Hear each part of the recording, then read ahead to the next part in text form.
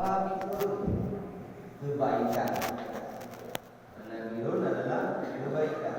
Di mana di dalam bulan Rajab lekat kebaikan-kebaikan yang diubahnya Allah, dan sebarang kaso yang kita berusaha untuk mencari kebaikan, untuk beramal-amal yang soleh, maka di dalam bulan Rajab tersebut boleh faedah.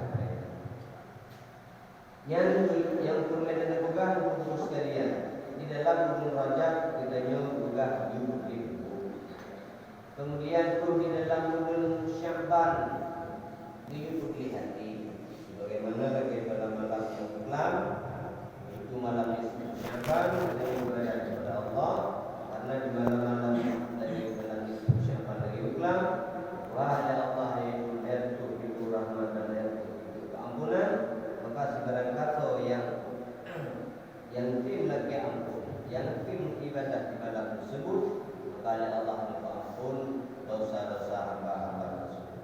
Maka untuk kita yang kadang dosa katanya yang terleke iklam ibadah faedah ataupun nak terima oleh Allah, maka untuk kita yang terima, untuk Allah terima dan nak terima, mudah tak ada contoh lagi dalam sembahyang.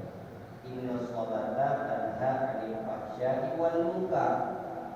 Sesungguhnya sembahyang ubi-ubi, anak pungut-pungut, anak mayang-mayang kepada Allah memang betul-betul. Tak sebut inna sholata boleh dengan alif al.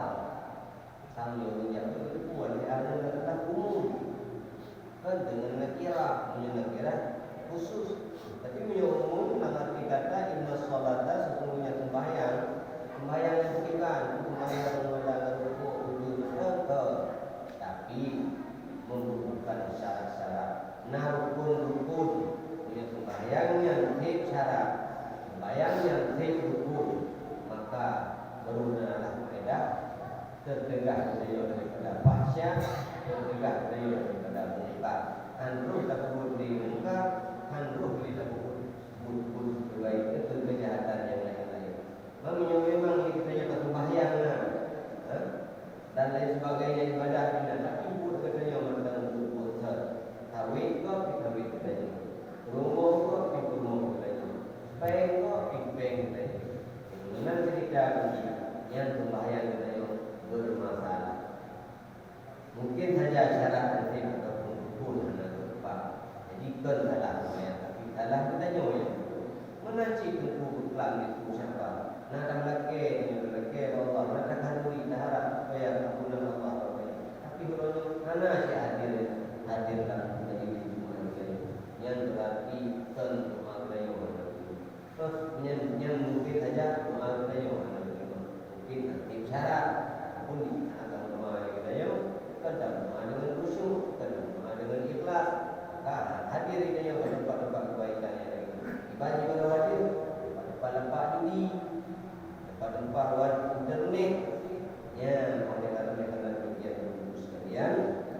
Ini adalah mudah-mudahan tanda yang terima karena betul dalam sebuah riwayat. Semoga cara kekeli itu hamba Allah yang ahli ibadah, bukan hanya berkumpul, masalah berterima mengalung mana. Kayaknya kita apa?